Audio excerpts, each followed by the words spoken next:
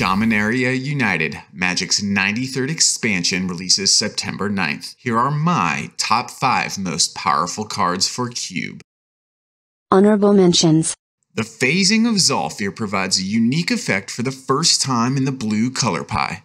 Destroy all creatures. This saga highlights one of the set's newest mechanics called Read Ahead, which lets you effectively skip to any of the 3 chapters of the saga once played, making this card effectively the first mono-blue board wipe-esque card printed by Wizards. Now to be fair, this is not a clean board wipe, and the 2/2 Phyrexian creature tokens left behind are a significant drawback. Even with this drawback, this is such a unique effect in blue that I think Cube curators should give it a look.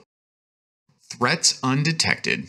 Green's Gifts Ungiven variant, Threats Undetected, lets you search for 4 creatures with different powers, and then an opponent chooses 2 of them to shuffle back into your library, and you put the other 2 into your hand. Threats misses the top 5 for 3 reasons. First, it's a sorcery. Part of the power of Gifts Ungiven rests on the fact that Gifts is an instant and you can cast it on your opponent's end step. Second, Threats shuffles the opponent's chosen cards back into your library instead of placing them into the graveyard. Lastly, Threats narrows the selection of possible targets by requiring to find creatures with different powers. Even with these misses, I think Threats Undetected is an interesting card worthy of mention.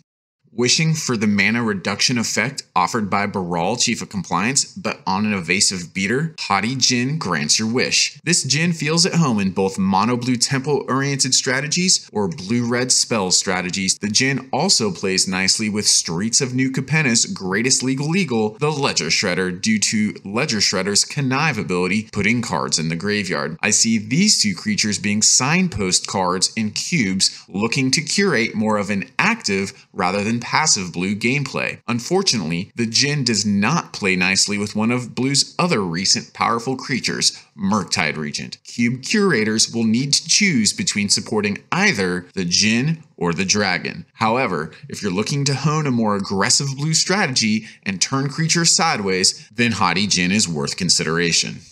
Here we go, Dominaria United's top 5 most powerful cards for Cube.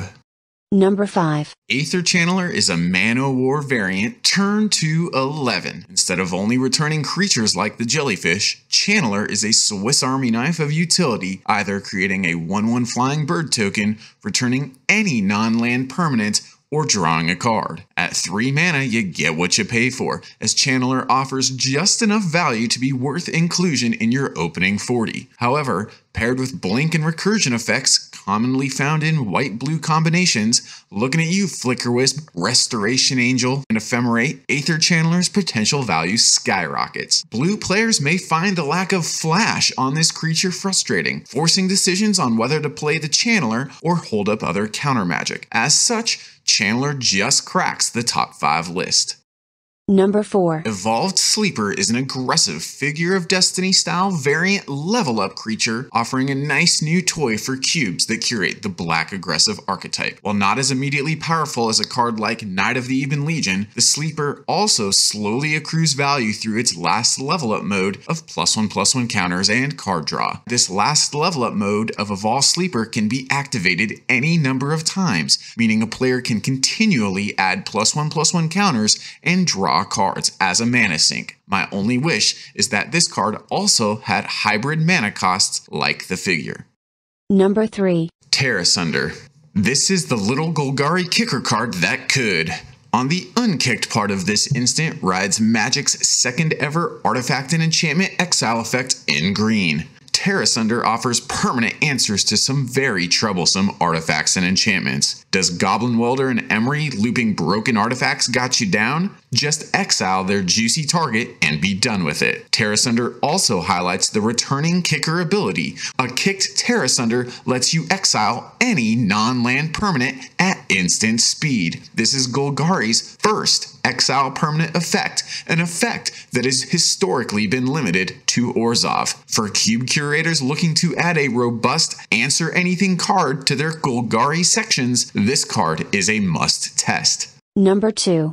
Waiting for Wizards to print a fixed Lurrus of the Dream Den? Wait no longer, because Serra Paragon is here to let you cast permanents mana value 3 or less from your graveyard. Granting the ability to recast permanents mana value 3 or less offers a lot more targets than Lurrus. Serra also has evasion and a healthy 4 toughness, which means she dodges Lightning Bolt. And as my friend John at Culted Cube pointed out, she can target lands in the graveyard. Just be aware that you cannot repeatedly cast the same permanents. Once that recast permanent leaves the battlefield, it is exiled. So no looping Strip Mine, you sickos. The hardest part about including this card in your cube is Serra's 4 mana value casting cost. White 4-drops have a steep competition. The real question is, can you find space to run another 4 mana value white spell? Number 1. Likened to the Black Lightning Bolt, Cut Down is a 1 mana instant speed conditional removal spell that deals with a lot of early game threats. Get out of here, monkey! Closely related to similar cards like Vendetta, Ulcerate, and Fatal Push, Cut Down offers conditional creature removal without associated life loss. Cube curators interested in balancing the right amount of unconditional removal, cards like Murder, with the amount of conditional removal should consider testing this card. If you're interested in the nuances of the types of removal to run in a cube, our friends Anthony and Andy at Lucky Paper Radio have a great podcast discussion on the texture of removal. I'll link it down in the show notes, and I recommend you give it a listen. Because of its mana efficiency, Cut Down gives Black a great tool to bolt the bird in early turns of a game. And I think it'll be a cube staple for a while to come.